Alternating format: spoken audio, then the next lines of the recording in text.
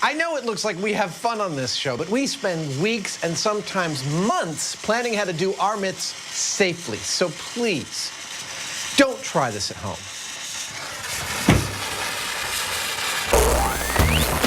On this episode of Mythbusters, there's real genius. Today's forecast, 70% chance of science. Lots of laughs. And a whole heap of explosions. Like a wet t-shirt contest, really. First, Adam and Jamie take on a classic urban myth. This looks awful. With the top down, can you stay dry by putting the pedal to the metal? Whoa, look at that. Then Cary Grant and Tori have a two-part popcorn parable. Let me have it! First, they're asking, can you cook corn with explosions? And then, lasers. Am I missing an eyebrow? Who are the Mythbusters? Adam Savage. Am I missing an eyebrow? And Jamie Heineman. No, I usually don't let people do that. Between them, more than 30 years of special effects experience. Joining them, Carrie Byron. That was a rush! Grant Imahara. And Tori Belleci. They don't just tell the myths, they put them to the test.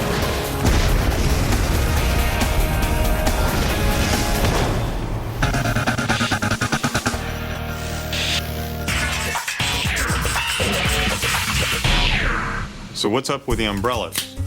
I'm planning to use them to paint a metaphorical picture. I want you to imagine that you are having a midlife crisis and you run out and spend a bunch of your dough on a really nice convertible sports car. Okay. Now further imagine that you're driving it down the street and it starts to rain. What do? You pull over and you put the top up. Aha! That's where the fan site myth states that you might be wrong. That instead of wasting your time putting the top up, that you should floor it. Go as fast as you can because there is a speed at which you can drive that no rain will enter the driver's compartment. Sounds kind of unsafe to me. Sounds really fun to test to me. Aerodynamics, dangerous wet weather driving, and a classic urban myth. This is Mythbuster Country. Because viewers want to know if you've got the top down when it starts raining, will putting your foot down keep you dry? So, does this mean we get to drive a fancy car really fast in the rain? We do, but we are in sunny California, and that presents a little bit of a problem. I think just as we did in Running in the Rain, we're going to have to manufacture our own rain here. It's a bit of a chore, but I think we can handle that. We still get to drive a really fancy car fast in the rain, though, right? Yes, but slow down there, cowboy. I think perhaps we ought to take this model car and run some shop tests. Sprinkle some water at it, look at it on high speed, see if there's anything at all to this myth. And then we get to drive a really fancy car fast in the rain. Okay, look, we'll get some driving lessons. We'll wet down some tarmac. We'll go out next thing and drive a fancy car, all right? All right. So to keep Rev Head Heineman happy, they shelve the shop tests in favor of... Well, the first thing on our agenda is to get some training in foul weather driving on wet roads. And in lovely sunny California, there's nothing better for that than a perfect sunny day. But being the Boy Scouts that they are, they came prepared to make their own. This is going to be fun. That's the bad weather, so all we need now is a convertible car. You've seen Mythbusters before. You know that generally when we have cars, they explode. But not that one, I don't think. Guiding the guys through their wet weather driving instruction is Brian Fraser. Brian's the guy that trains anybody that drives an emergency vehicle how to do it right. That means police, fire, ambulances. Brian's the guy. There you go. Let a little bit of steering out, you felt the catch. Right. If I had a car like that, I wouldn't be letting Adam drive it. Harsh, but given Adam's track record and current over-caffeinated mood, fair.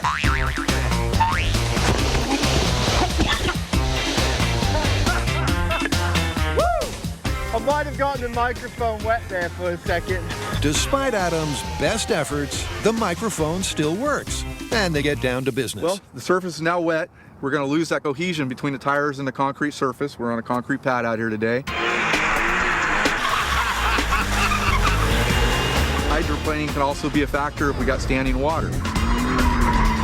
Ways to deal with this are get off the gas, slow our speed down. It's going to multiply any reaction that we do, so you want to not be jerky in your steering movements.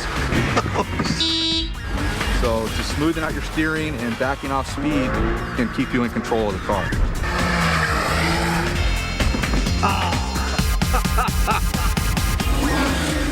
The clearest difference between driving on the wet ground versus the dry ground is that it's a lot slipperier. And that's the key. By simply getting to grips with the car on a wet surface, they can be sure they won't lose their heads at high speeds on the real test. Which means they're licensed for wet weather science. That's I okay. keep losing my hat. Now, in part 1 of Popcorn Pandemonium, is it possible to pop popcorn with an explosion? I love this. Watch this part. You know, going to the movie theaters is one of my favorite things to do, but what does this have to do with the myth? Well, the fans love popcorn as much as I do, and they've sent in a ton of myths about popcorn. Yeah, like what? Pop popcorn with explosives. Now, how's that supposed to work? Explosions generate a lot of heat, and the fans think that is just enough to pop popcorn. Cool. It's delicious. So nutritious. It's a taste delight. Popcorn and its distinctive explosive expansion is a ready-made recipe for myth and disaster. And the fans want to know, can you put the pop in popcorn with a bang? Okay, so popcorn with explosives, how are we going to test this? Well, this myth comes in a whole variety of forms. Everything from a torpedo hitting a container ship full of popcorn to an industrial accident at a popcorn popping plant. Whoa. What are we going to do? I think we should take our favorite explosions from our favorite myths, apply them to popcorn. This is going to be fun. Oh, this is the part when she dies. Despite the various outlandish sources for this fan request, the basic premise for each is the same. Heat and pressure from an explosion causes raw popcorn kernels to cook in an instant. To test this one central theory, the team is taking 2 classic blasts from the past and reigniting them at the bomb range. And first up, now, we do have a myth from James Bond, and that is the exploding propane tank. This doesn't pop the popcorn. I don't know what will. Strap some C4 onto a propane tank, put some popcorn kernels on top, and see if we get this rain-cooked popcorn. Now, we know that heat is what causes popcorn kernels to pop into popcorn. I mean, you could do it on your stove. And I think it's fairly likely that the size of fireball that we'll get will generate the sufficient amount of heat to make something pop. so will the explosive C4 and propane cocktail cook the corn? Or will it simply be shaken, stirred, and sprayed shrapnel-like all over the bomb range? All right, here we go. In 3, 2, 1.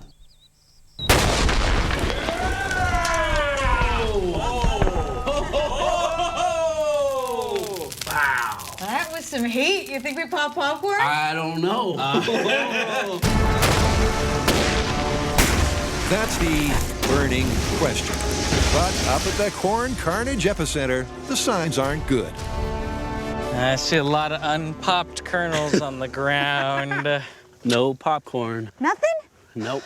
There's more foil over here. It seems the force of the C4 explosion and the rapidly expanding propane fireball distributed the raw kernels far and wide, without actually cooking and popping any of them. My propane popcorn empire! Why? I don't think there's quite enough heat, and it wasn't sustained for long enough for the popcorn to actually pop. I think we just kind of blew it out everywhere. Coming up, It's like a wet t-shirt contest, really. Jamie and Adam use an unconventional rain measuring method In 3! and have Carrie, Grant, and Tori crack the kettle corn making market. Look at all the burning kernels!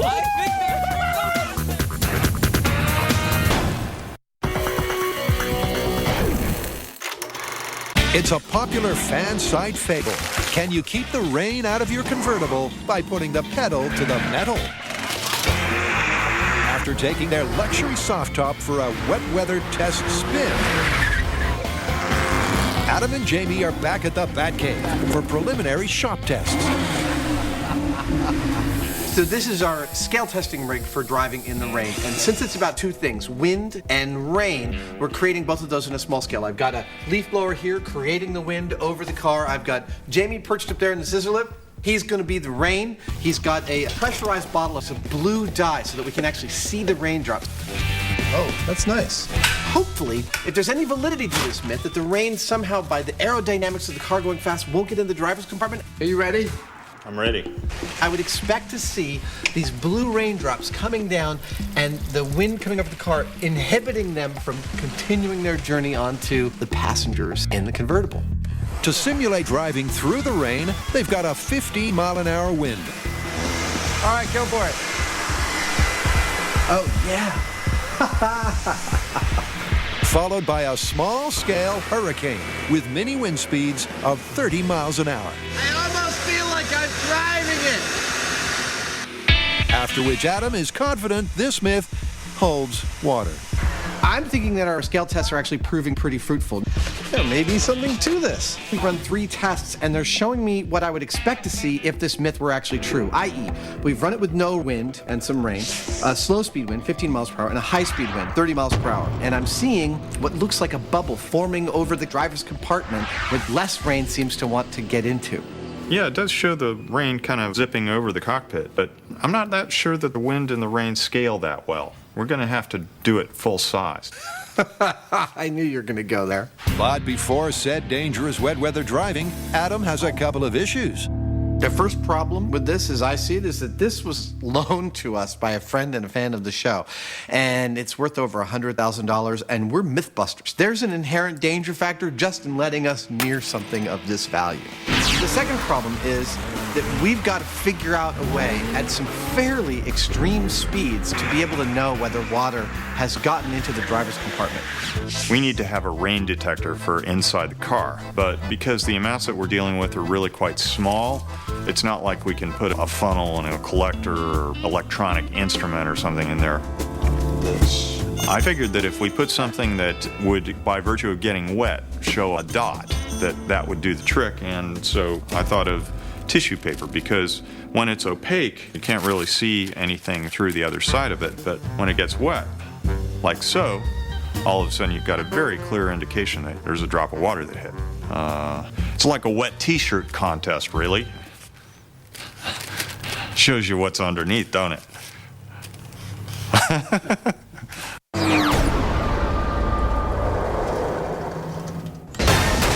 So far, popping popcorn with explosives is not looking good. That didn't work very well. It didn't work at all. The extreme expansion of gases typical of an explosion is simply distributing the kernels over the bomb range without cooking them. But our intrepid trio have yet to light the fuse on their final conflagration. Of all the fireballs that I've seen from explosions that we've done, Creamer Cannon has given us the most slow fireball. It goes into the air and then...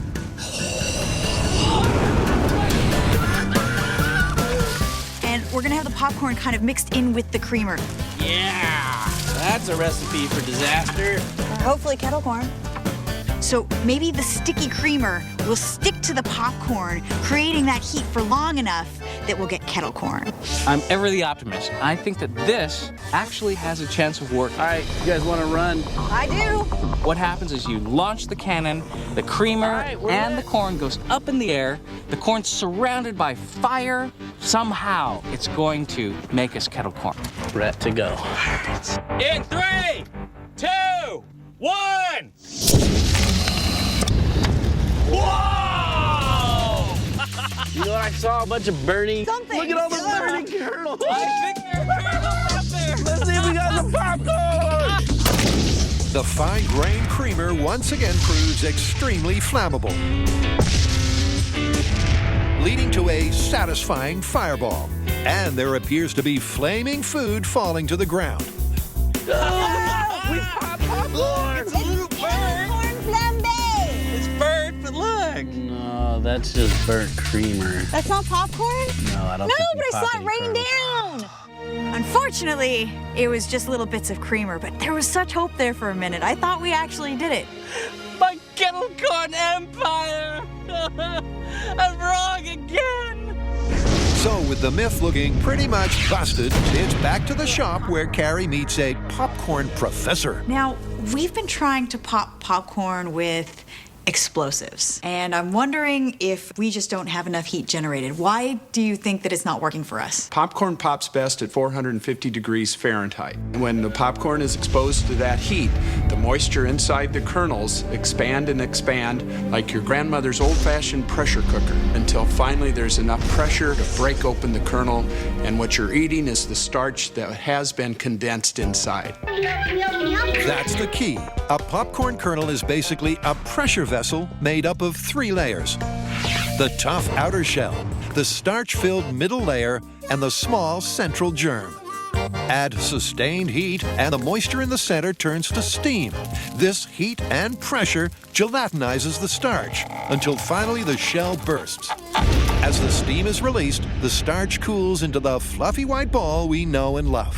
So let me get this straight. The explosives didn't work because we didn't have any of the right circumstances. You're saying we need 450 degrees, even heating, over a period of time more like a minute before we can actually get the popcorn to expand. So there's really no way for us to flash heat and have explosives make us popcorn. That's my understanding.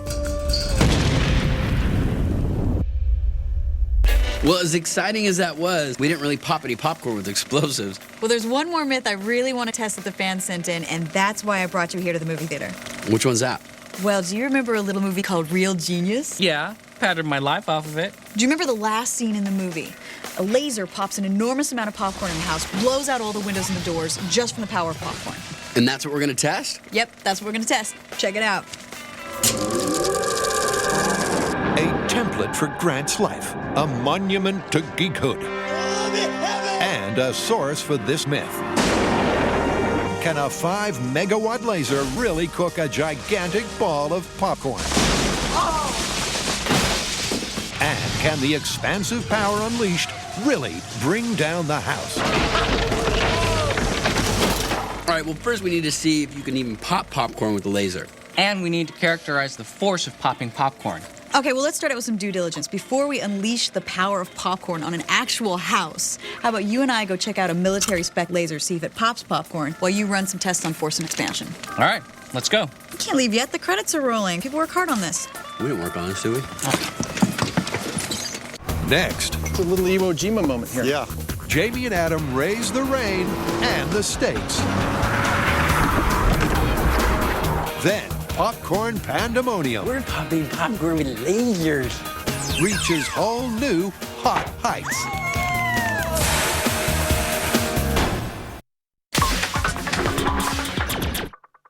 Jamie and Adam are on the runway at Alameda raising a rainmaker. It's a little Iwo Jima moment here. Yeah. Because to test the myth that driving fast keeps you dry, Holy crapola. they need wet weather at the flick of a switch. And for that, they're going back to their movie roots.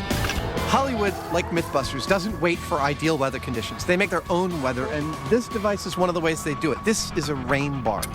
Got it. And it sprays water through a set of spouts. These spouts, there's 6 of them. And if what you want is torrential rain, it can deliver 1,200 gallons a minute. For us, it's going to be delivering a linear swath of rain 200 feet long. Well, everything's hooked up and in place, and the next thing we're going to do is a dribble test. We're just going to pressurize all the lines to the point where water starts dribbling out the rain heads because of several things. This amount of rain is perfect for our test. It's just about 2 inches per hour. One, that's a lot of weight of water, about 600 pounds per bar, and the weight distribution could change and they could swing, so we need to make sure we can control them. 2, there's a little bit of a west to east breeze here. We want to make sure the rain falls where the car is going to drive, so we might adjust our final bar position based on what we see here. That's perfect.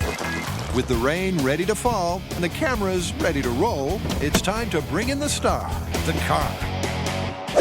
We've modified this car in a couple of ways to turn it into a data collection device for this test.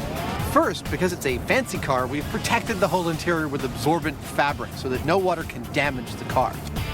Second, to measure what water does get in the car, we've got these two boards, which is basically a piece of plywood faced with acrylic and tissue paper. Any water that hits this surface is going to create a nice dark spot that's easy to see, easy to count, and should give us a really nice comparative analysis of how much water's getting into the driver's compartment under the different conditions we're testing. Well, let's get to it. Okay. And by to it, they mean using their driving instructor as a human crash test guinea pig. The biggest danger posed by this experiment is hydroplaning. That's where the car floats up on a cushion of water and you lose all control of it.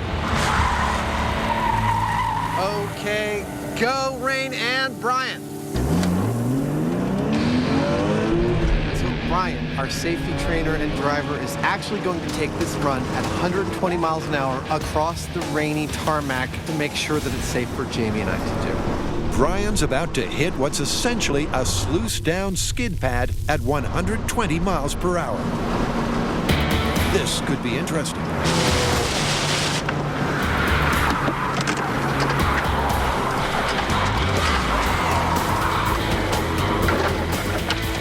Okay. Out of control through 450 degrees is exactly why the expert was behind the wheel and not Adam or Jamie. What happened there, buddy? That's what we call hydroplaning. Wow. That seemed quite intense. It was very intense and a lot of fun. I got to say, Brian gets real props for that one. Looking at the footage, Brian's expression didn't change at all. He didn't flinch while he's spinning out of control around and around and around at 120 miles an hour. So one thing's clear, these tests will be dangerous. Hitting a wet surface at higher than highway speeds has the potential to put you into a spin cycle. How do you feel about it, Jamie? He did it. I'll do it.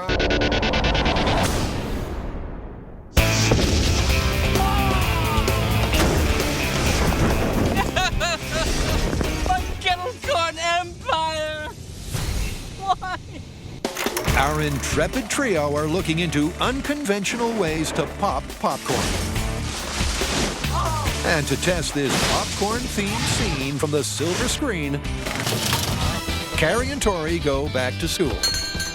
Because they want to know if there's any science at all in this science fiction sounding scenario. Now what we're trying to find out here is, can you pop popcorn with the laser? And if so, could you do it from a plane? I believe that they're both possible, just a matter of how much laser power you have. Now how realistic do you think the laser in the movie was? 5 megawatts is a stretch. I'm not saying it's impossible, but it's a stretch even for chemical lasers, which typically operate, the highest power is about 100 kilowatts. I don't think that a 5 megawatt laser is around the corner just yet. Now, one serious question that Grant wanted me to ask you was, how close are we to lightsaber technology? Oh, that's classified. So, as unlikely as it sounds, there's a kernel of truth to this myth. And for proof of concept, Here is my popcorn kernel. There we go. they've got a 10-watt laser pointed right at it. We're popping popcorn with lasers. Looking at the thermal camera, I'm seeing a tiny bit of heat at the top and the bottom of the kernel, and they're expanding very slowly. Now, I'm pretty sure this is not how Mom used to make it. This is how Grant's mom used to make it. Hey, Mom! Proof of concept. Well, now that you can laser pop popcorn, let's just concentrate on the power of popcorn. That is cool. Let's go. Pretty good. After the break, it's all hands on deck for a full-scale popcorn cookout. Please do not try what we do on this show at home. We're what you call experts. It's safer that way.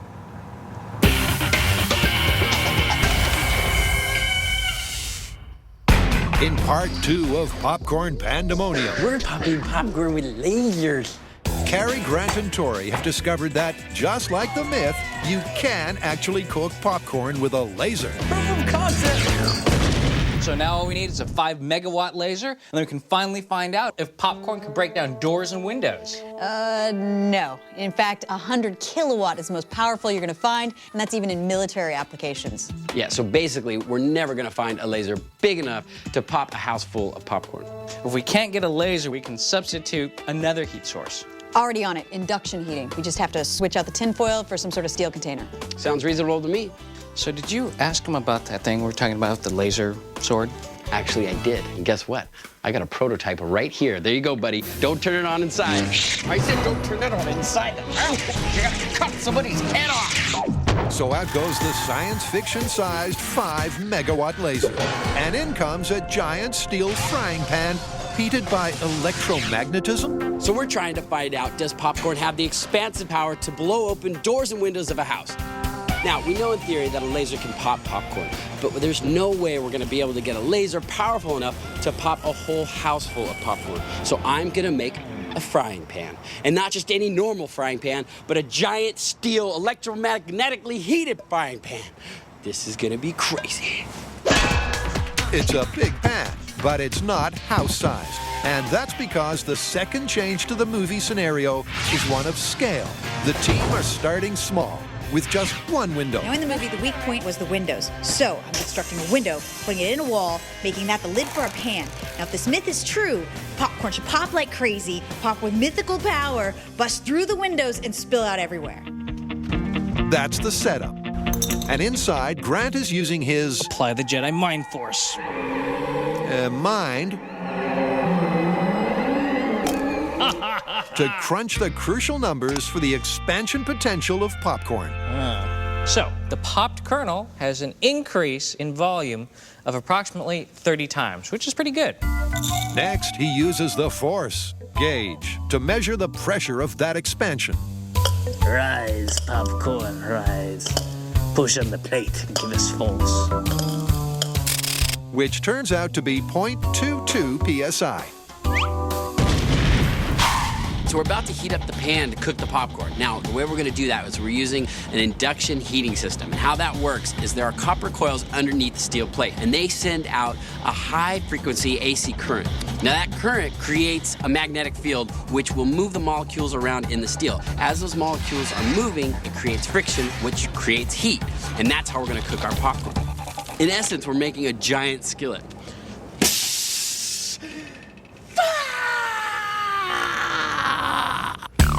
So now we're gonna coat the bottom of the pan with coconut oil to spread the heat evenly. Ooh, it smells like popcorn. And then fill it with 3/4 of an inch of popcorn kernels. According to Grant's earlier calculations, 3/4 of an inch of kernels should expand to over 20 inches. And with the window a mere 6 inches above the uncooked corn, we're all set to find out if popcorn has the power to break out.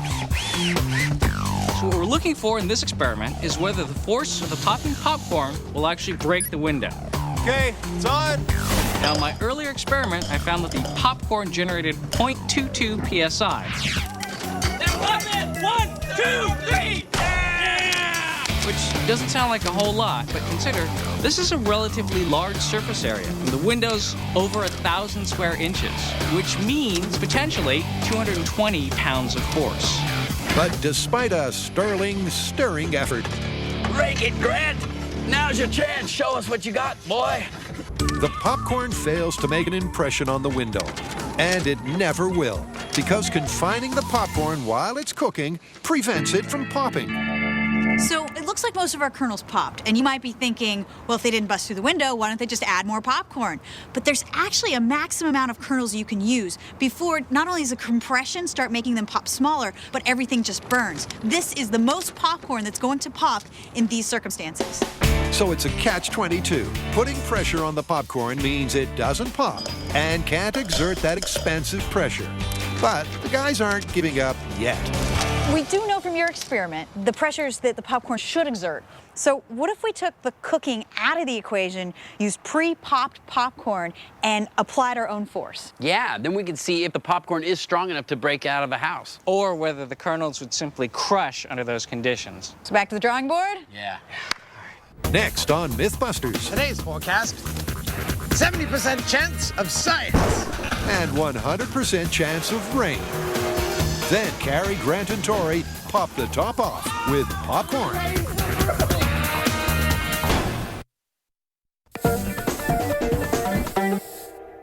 Adam and Jamie are lifting the lid on the myth that to stay dry, you don't put the top up, you put your foot down.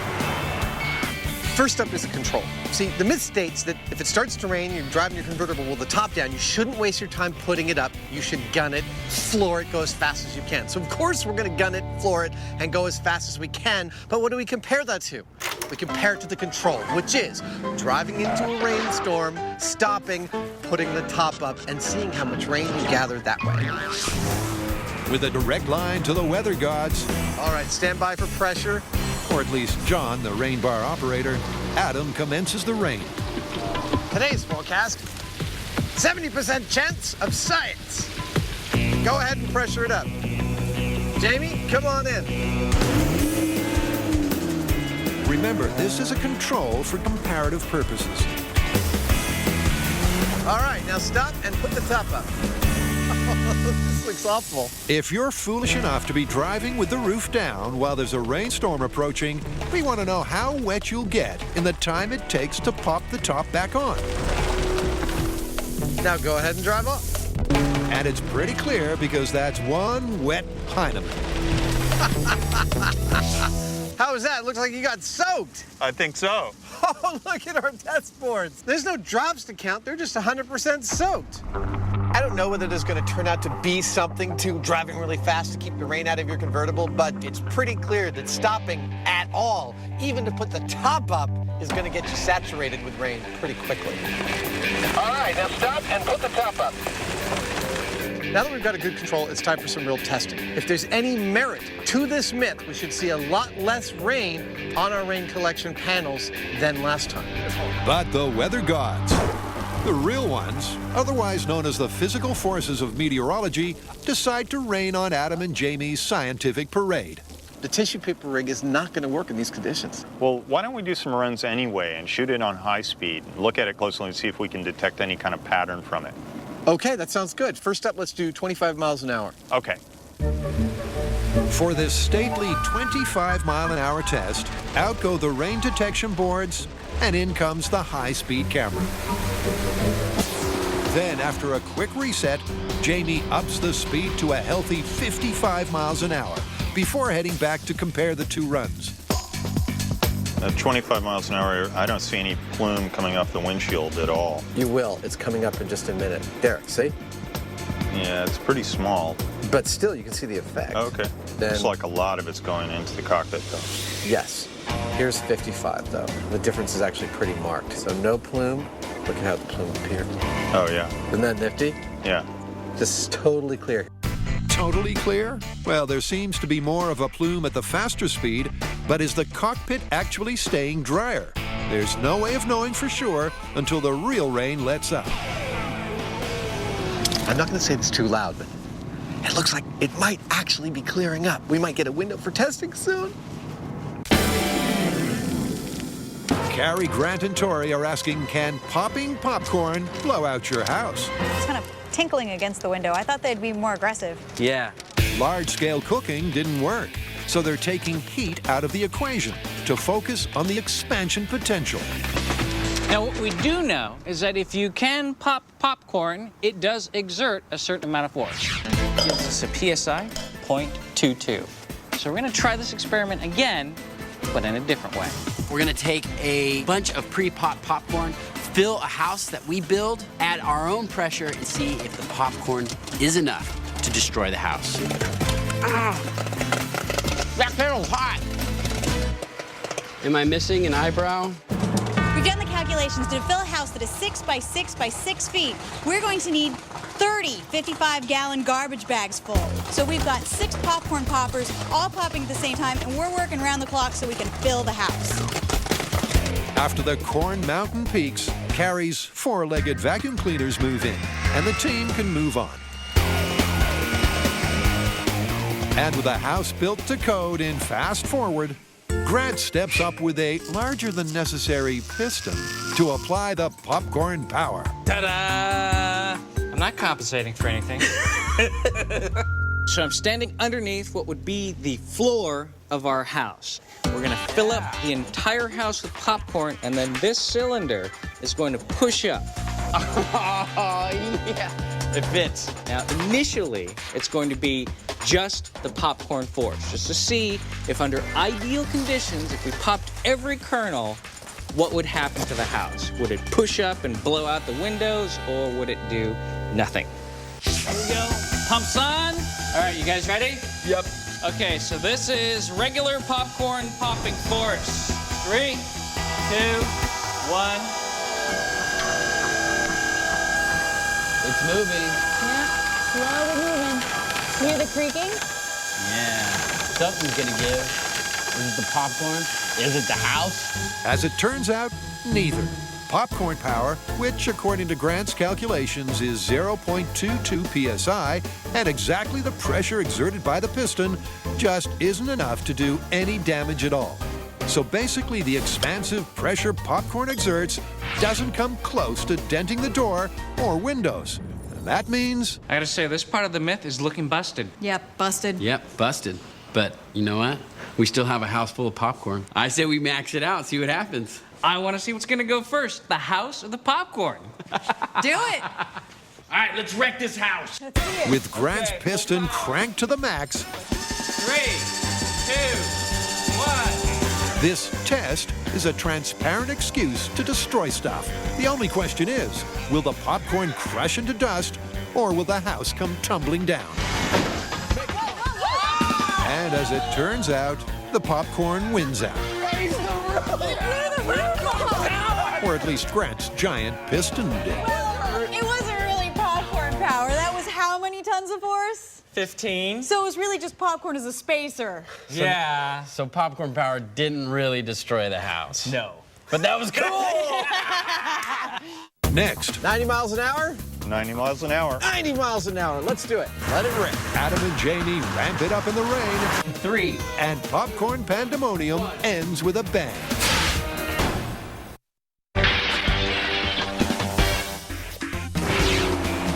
Adam and Jamie have already seen hints of the aerodynamic basis for this myth. Oh, yeah. Isn't that nifty? On the next 70 miles per hour run, they're looking for physical evidence on the tissue paper rain detectors.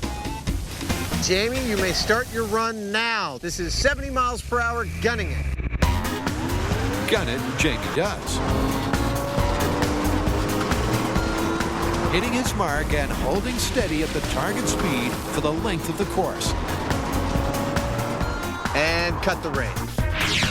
And with no hydroplaning or dangerous spin out, it's time to take in the results. Oh, look at that. Wow, that's far out. It looks like no rain at all hit the middle here. But we've got wetness up top here and on the left-hand side here. It's important to note that whatever little water came in here on the 70-mile-an-hour run was a tiny, tiny fraction of what came in on the control. Totally. I predicted that there'd be less rain in the car on this run. Not nearly this little. There really seems to be something to this myth. A conviction only confirmed by the high-speed camera. That's really clear. It's like there's a line. It's a really visible bubble, isn't it? Yes. That's what the windshield's for. So it would seem. But the guys aren't done yet. Adam, who will observe from a safe, dry distance, feels the need for more speed. Well, as far as I'm concerned, we should go for 100 miles an hour and see if we can get those boards to stay bone dry. I'd go ahead and leave the traction control on. But Brian, our safety driver, is concerned about the additional soaking the surface took from the real rain. So he suggests sticking to 90 miles per hour. Let it ride. Try to counter it, but if you can't, just let it go. Got it. Let's go to full pressure. I am set and ready to go. Awesome. Jamie, you may start your 90-mile-an-hour run now. Let it rip.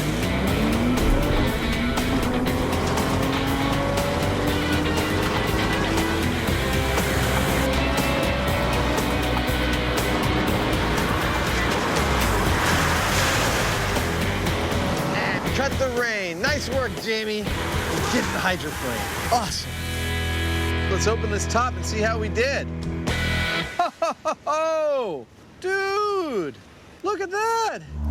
We wanted to find out whether driving fast when it's raining will actually keep you dry, and it turns out it does. Around 25 miles an hour or so, it's not so effective, but as you go faster, it actually does deflect most of the rain. Now, it's not that hard to understand, really, because the rain's coming down like this. If you're going this way and you've got something in front of you, then it's going to catch all the rain and send it up over the top of you. You stay dry. So it does make sense to gun it. The faster the better, in fact.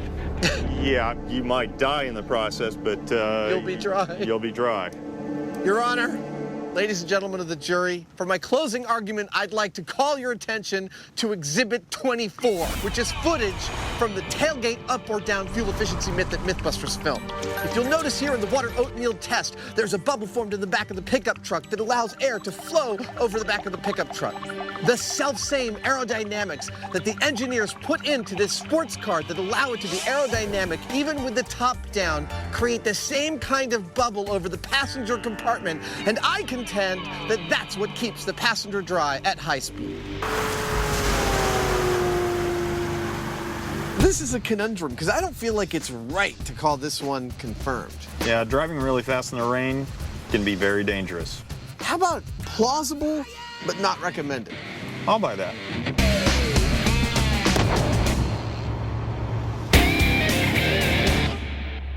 It's been a long and winding road for this popcorn parable. Carrie, Grant, and Tori have discovered explosions won't pop your corn. That didn't work very well. It didn't work at all. But lasers will. However, a giant ball of corn popped by a 5-megawatt laser leading to a house explosion is pure fiction. Busted. Yep, busted. Now, our house hasn't exploded yet, and this myth calls for an exploding house. So we're out here at the bomb range, and this is the plan. We're going to load it with C4 at the top and the bottom. When this day is over, you should see splinters and popcorn, and that's all. I don't think they taught me this in bomb school. Well, we started with a bang, we're ending with a bang. So basically, we've got a boom popcorn sandwich. All right, you guys ready? Ready. In 3, 2, 1. Look at the rain of popcorn coming down. The rain of house, too. Whoa. Now that is exploding a house with popcorn.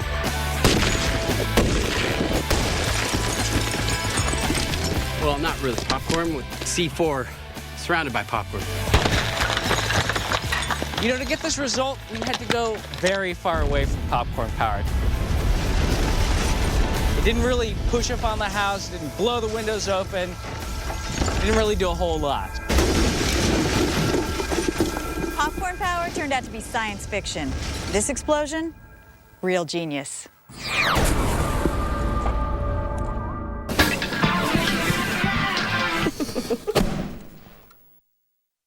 Hey, you. Yeah, you. You want more? Well, it's on discovery.com/Mythbusters.